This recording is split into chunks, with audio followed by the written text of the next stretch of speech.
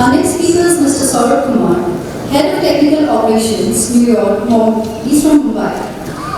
He speaks on the impact of efficiency measures on decarbonisation efforts. Mr. Saurabh Kumar comes from a non-marine family heritage. He completes his studies at the Maritime Institute in 2006, after which he began with Chevron, where he worked in various positions on their VLCC fleet until 2013. That was after obtaining his MEO Class 1 certification. Driven by curiosity, he transitioned to offshore DP vessels, serving as a chief engineer with Great Ship India. In 2017, he moved to an onshore role in Mumbai as a QSSE manager, focusing on technical aspects of quality assurance. His journey then took him to Varuna Tankers in Jakarta in 2020, where he was involved in vessel management, looking after 18 oil tankers.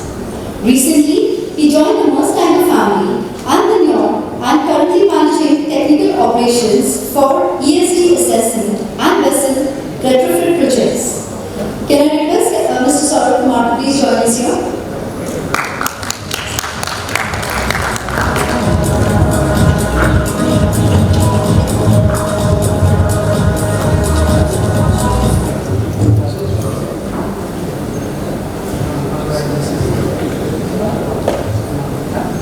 Good evening, gentlemen and ladies. Good evening, everybody. It's my pleasure to be here to speak in a forum which is targeting technology in marine. And this I put very clear to me because over the years when I have been saying, the drive was to have something different, approach toward doing the same thing but in a different way, in a more effective way. What is new that we can do? And all this achievement today only because the foundation that was laid in the shipping industry, not only in India, across the globe, by people, very people sitting in this room. I mean, all the layers that we are putting on, the pressures and demands that it's currently being bestowed upon the shipping community is sustainable because the foundation is solid. I represent Njord, which is part of Maersk Tankers. And we are an energy consultant, basically. That means we have done enough mistakes in Maersk Tankers, and now we are in a position to suggest that how you can avoid such mistakes on your journey towards decarbonization. Moving on, I will just share a short introduction about what Njord is, and as a company, how long we have existed. So this is an offshoot of Maersk Tankers. Fuel optimization team. And as a separate company, we exist for now around just more than 2 years. I have joined the company quite recently, over just 7 months now. And it's an amazing journey and inputs that we see across the engagement, across the board actually. And how amazing it is to interact and challenge the views of people toward energy saving and reduce the fuel consumption. Not only focusing on the efficiency, also on fuel mixes and alternate energy sources. So I mean, we are firm believers that there's a lot of potential in shipping as of today, where the fleet age is average age is quite high, 15 years plus. So we see a lot of potential of decarbonization. Firm believer not to decarbonize the bar at the end of the day. Only in the fuel side actually. So moving ahead in today's scenario, what do we know? I mean, are things that are uncertain. So we know the climate topics that are ahead of us. To save the planet, we have to limit to 1.5 degrees Celsius temperature rise since the pre-industrialization era. And the guidelines that IMO has set for 40% reduction of these greenhouse gases. Then the next known fact is the popularity of or the drive from all the nations toward carbon taxation on shipping and ashore. Of course, shipping contribution is quite less, but then the impact of this 3.5% on the remaining 95 is a lot. And that is one reason why it is so much important for this 3.5% contribution to reduce much faster and efficiently so that the rest of the world can follow and the full supply chain can come under control.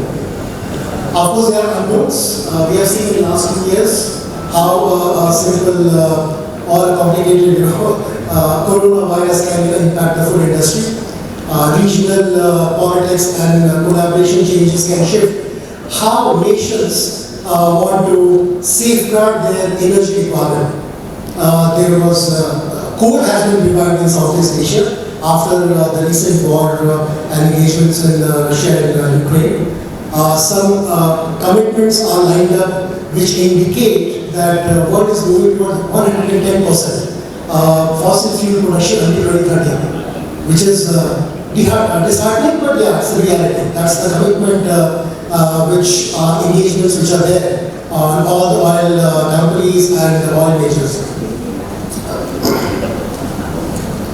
So I would like to draw your attention to one of the graph that Musk team, which analyzes zero carbon fuels and projections have made. If you look at this, if we continue as we are today, not taking any action, we will deviate to more than 2 gigatons production of CO2, which will be almost twice what we are by 2050. If we want to target at least to be at the same level what we are today, that contribution can come from efficiency, but it's not enough. What we want to do is net zero. That's where we will be, we should be, to ensure our future generations are safe and their instincts are safe on this planet. And for that, the contribution has to come from fuel mixes as well. But the battle cannot be won alone by fuel or by efficiency. They have to go hand in hand. There are uncertainty around what fuels will survive in the future, how their availability will change, what will make more business sense. So while the world figures this out, supply chains are established. The projection until 2030 at least is to have a 70% contribution for efficiency towards decarbonization. This is a fuel transition which is being projected from S&P Capital. So as of today, around 100,000 vessels in the world approximately consume 300 million metric tons of fuel. And the contribution, as we see, is majorly on the LSFO and GO, partially on HFO and LNG for sure is gaining. But towards the progression of net zero, by 2050, the graph would look much different, where we see a lot of contribution from low carbon fuels, alternate sources, renewable.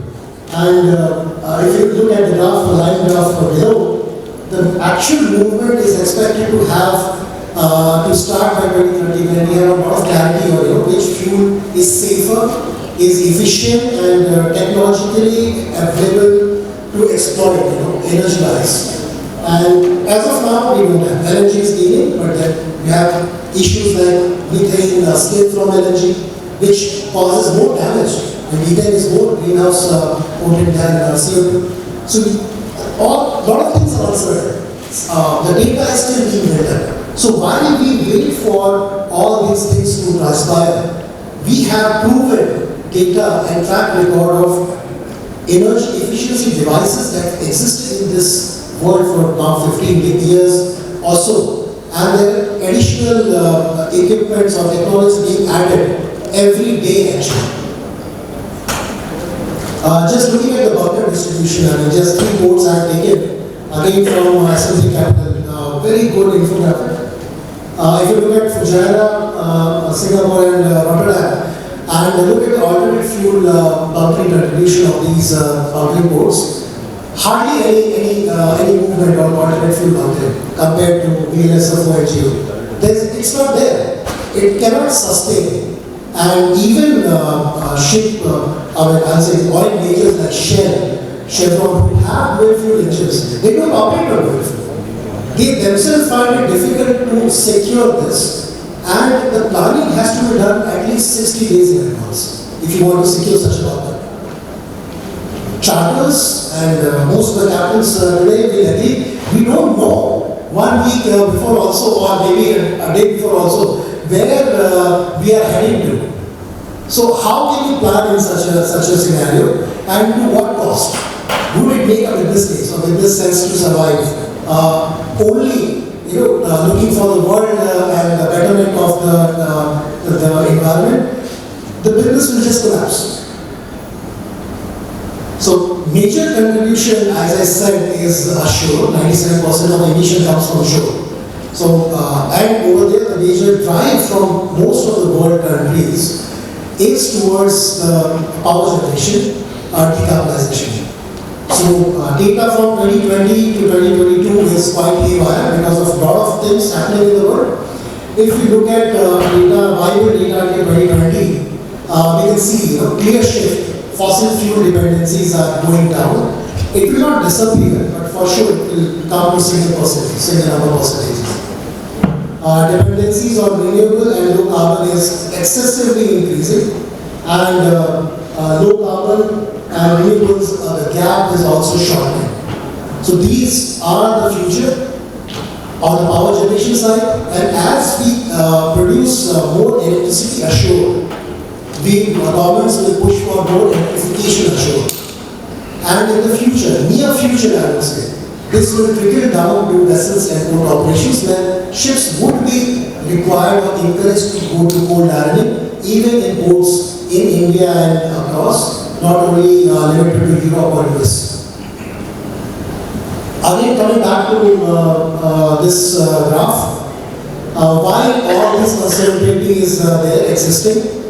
Until 2030, if we want to reduce our fuel consumption, bring down the shipping cost and logistics, the go-to place is efficiency. Things are already there, they have been tried and tested. It just requires a different approach to it. And that is where new technologies like data logging, high-speed data comes into play. Where Njord is building upon an experience of data being collected after these installations were done individually. And then we analyze a unique combination of technologies available, which will be applicable to that particular vessel for their particular trade, and will bring down the fuel consumption drastically. So these technologies are not new, maybe few of them are. This is a ship model, and it is on our website also. It indicates a lot of technologies, as you can see, very basic, from changing the lights to LED to the extent of having a carbon capture unit installed. So engagement from 30,000 until plus of 3 million. So a lot of things are there. We can improve. As on date, we have proven and recorded data where we can enhance the high performance, propeller performance. We can enhance the engine SFOCs. We can make the voyages more efficient. So not only technical, they also encourage and empower the shore team to have a better operation profile of the ship, optimize operation further. As on date, the ship owners are burdened with CI, EXI, carbon taxation, and in the midst of that, the day rates are a big challenge. To maintain all this, we have to analyze how and what you choose. It's not 1+1. It is a combination that matters.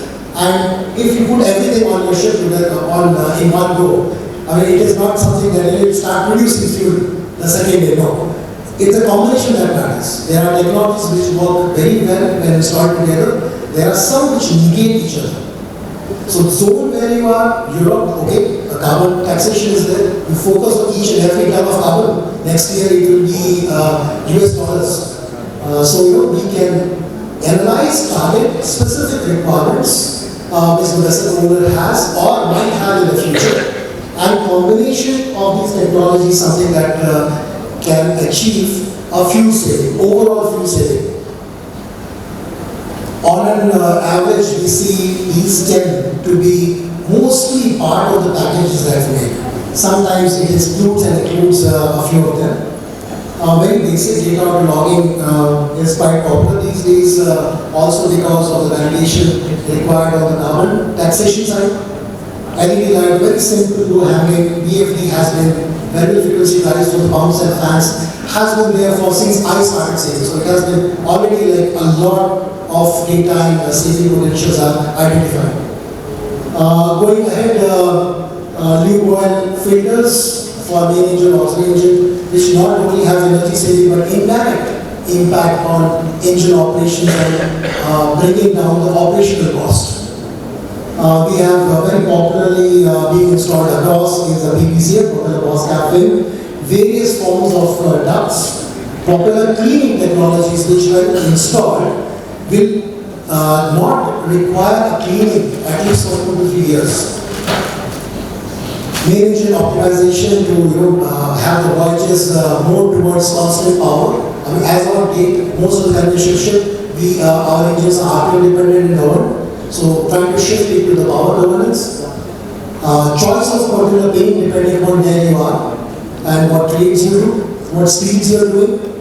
Trim optimization based on what speeds you are currently targeting or trying to achieve. Mostly it is for ships who are containers now who are on the high side of the speed spectrum, I would say. But still, all this is not something that you can just pick and install. Has to be analyzed for a particular hull form, a engine weight, model, a propeller type, and your trade. Some might make sense to you, some might not make a good business sense. So just say if we go by these basic 10 technologies, what would you expect on a vessel? So we have seen across multiple, as of today, 187 engagements vessel-wise, and owners-wise more than 50 engagements. So we have seen 7 to 16% savings that can be achieved on fuel. And mind you, this is the total fuel saving, annual fuel saving. And it is not particularly limited to a type of vessel. Across bulk carriers or LNG, we see the ROIs, return of investment, in the range of 1 year. Of course, these choices will change if you pick different technologies, if you pick air lubrication or something. The ROIs go up, but still it is within limits. And with this, I will end my presentation. It was quite limited, and since it is the last quarter, I have been told by my commercial any further data sharing has to be commercially agreed. so please feel free to connect with us, and there's much more to explore. Thank you, gentlemen.